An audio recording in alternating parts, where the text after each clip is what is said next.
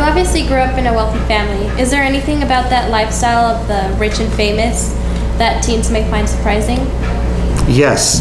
The fact that I actually didn't grow up in a wealthy family, that's probably the thing that's most, or it was wealthy in surprising ways. And it's funny how that's a very easy and understandable assumption, and it's partly true. I'm not saying it's wrong, except that, like anything, well, I mean, certainly in our situation, it took time. So in other words, my father's father wasn't wealthy. It wasn't like my father was born and he had gazillions of dollars. He was born into a typical family in Omaha, Nebraska. His dad worked at a bank, and it was truly middle class.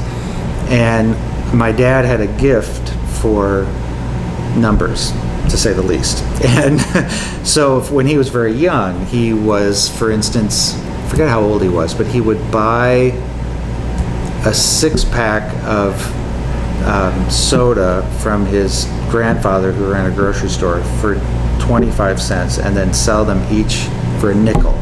So he made, on every 6, he made a nickel, right? And so he's like, now he was thinking about that, but it's 7 or something like that. So he just had this thing in him where he loved numbers and interest and all this kind of stuff. I think he filed his first tax return at 13 or something like that. And he was just a little different as a kid. And so he was, because he was born into the time and place and everything else, he was able to do what he loved to do, and it happened to make a ton of money. But not when we were growing up. He was just getting used. I mean, he sold stocks door to door when he was 20 years old or something. I mean, he was just a guy doing what he loved to do.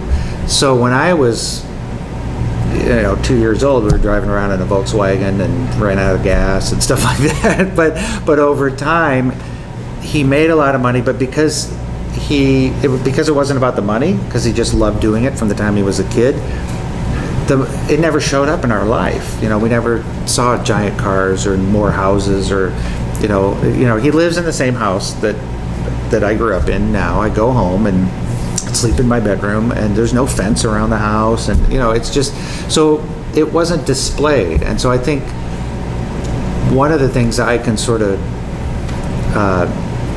dispel in terms of the rich and famous lifestyle is that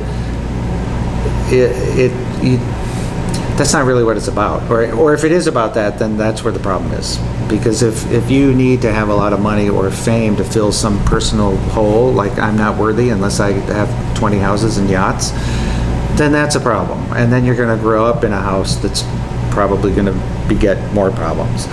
But if you grow up with somebody who loves what he does and is sort of fanatical about it, and you see that passion in a good way, then that's what you learn. You go, wow, if I can find something I love and am passionate about, then everything else sort of comes some way. And so that's what I learned growing up.